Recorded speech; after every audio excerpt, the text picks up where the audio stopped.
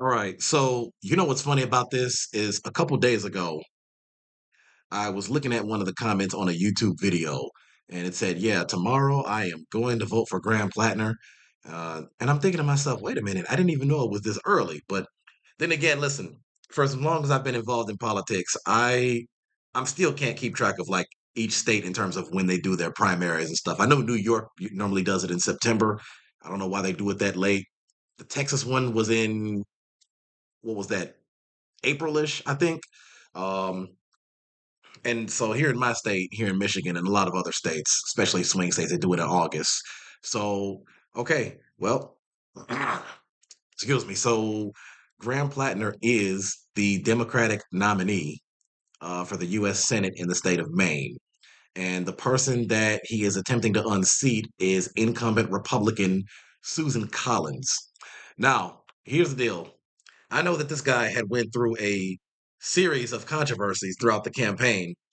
And look, I know a lot of Democrats aren't going to like this, but and don't get me wrong, I have no problem with Janet Mills. If she was the nominee, I'd be stomping for her just as hard because she was a great governor, and she would have been a great senator.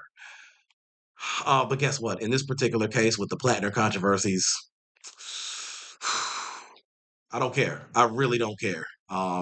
And guys, I'm not trying to make the argument to say two wrongs make a right or that we should mimic everything the Republicans do. We really shouldn't want to mimic anything that they do.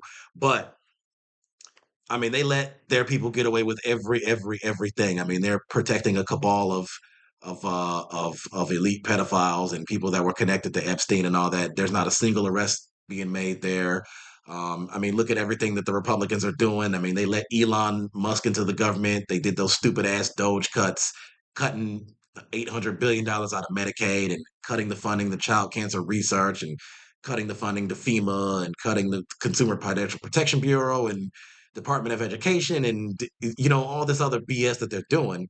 And a lot of these moderate Republicans pretend to fight against Trump when they really are voting with him 85 to 90% of the time. And unfortunately, Susan Collins falls into that category. Now, is she as bad as somebody like a Rick Scott? Is she as bad as a Lauren Boebert or any of those people? No, she's not quite them. But still, broadly speaking, and I know it sounds shallow, but she's still a Republican. And our goal is to unseat as many Republicans as possible, whether they're MAGA or non MAGA. So, sorry about that. Um, we're trying to unseat, and like I said, I created a hashtag a few years ago, which unfortunately it hasn't taken off yet. Maybe it will soon, eventually. It's called VOER, which stands for Vote Out Every Republican. Okay. So again, it's not just the MAGA Republicans, it's the other more normal like Republicans. That includes people like the McConnells, Mitt Romney already resigned from government, retired from there.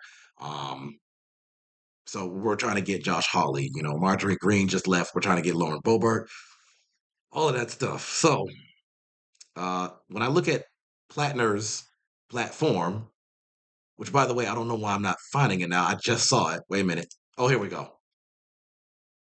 I mean, end billionaire welfare, a tax policy for the rest of us. He's talking about taxing billionaires at least 5%. Let me see, ban billionaires from buying elections, rebuild our failing healthcare system, defend Medicare, defend Medicaid, expand Medicaid, protect Social Security. Let me see, uh, stop the mass deportation machine, pass real immigration reform, strengthen the working waterfront. I mean, he's talking about collective bargaining and unionization, $15 minimum wage. Let me see, single payer system, and the war in Gaza, and the failed war on drugs. And so that platform alone is like, I mean, if you look at the latest polls, the updated polls now, one of them, according to Real Clear Politics, shows Graham Platner is leading Susan Collins by 7 points. She's at 41%, he's at 48. And then now, granted, to be fair, there is other slash undecided that have 10%. So if that 10% goes to, it is possible that 10% could go to Collins, and that would put her at 51, which would put her essentially in the lead. Or better case scenario, best case scenario, those that all those 10% of people go to Platner, that will put him at 58%.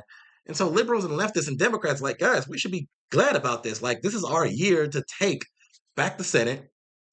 We can take back the House, and that would up our chances to stop this guy from, with doing all the stuff that he's doing, and hopefully win back the presidency in 2028. So, I mean, listen, I'm not looking for a perfect candidate. And a lot of those allegations that were thrown on him, you should look at that and say, hey, listen, if he's willing to fight for the right stuff, a lot of that can be overlooked. Because number one, if you dig into some of the allegations, one woman supposedly said, well, he had unsettling behavior and gave no specifics as to what that meant. So unsettling behavior means what? You guys got into an argument and he raised his voice, um, or does he have a temper? I don't know. Um, there's no specifics there. By the way, one of the women who came forward, it was actually leaked. It turns out that there was leaked info that this person was a Republican operative who was effectively campaigning for Susan Collins, which means that was nothing more than that was just a smear campaign and a hit job. That's really all that was. And so you had these people in the news media that were going around in Maine asking these different voters, what do they think about all this stuff? And guess what? 95 to 98% of them said. They said, we don't care. We're voting for him. And I know that that absolutely ticks off. I know it ticks off a lot of Democrats, but it especially ticks off Republicans because what they realize is we're giving them a taste of their own medicine because they didn't care that the guy that they voted for was indicted 4 times and had was found liable and all the civil issues and the 31, 33, 34 count, whatever. So they didn't care about any of that. And this all took place before they voted for him and they said, yeah, we'll do this. And by the way, I think that was before he even won the primary. And so Democrats can look at that and say, all right, you guys want to play that game? We can play it right back. Now, granted, this case is a little bit different because obviously Graham wasn't convicted of anything.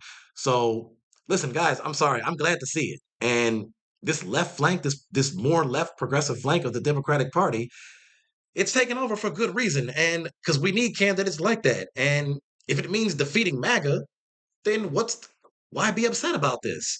So to all my people who live in Maine, I don't know if I have any Maine people on my on any of my social accounts. I don't know if I have any friends on Facebook here that are living in the state of Maine, but if you are, I'm telling you, Graham Platner is the one to vote for because again, I'm tired of all the arguments. I'm tired of all the division.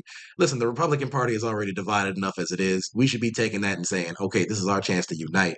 Again, let the wolves eat themselves. Let them metaphorically kill each other while we rise because we already have too much imbalance going on in the government. The Supreme Court's already messed up, and that's all thanks to independent voters failing us in 2016. But um, but guys, Graham Platner is ahead in nearly every single poll ahead of Collins. There's only one recent poll that shows her ahead by 1 percentage point, where he's at 43 and she's at 44. So basically, it's a tie.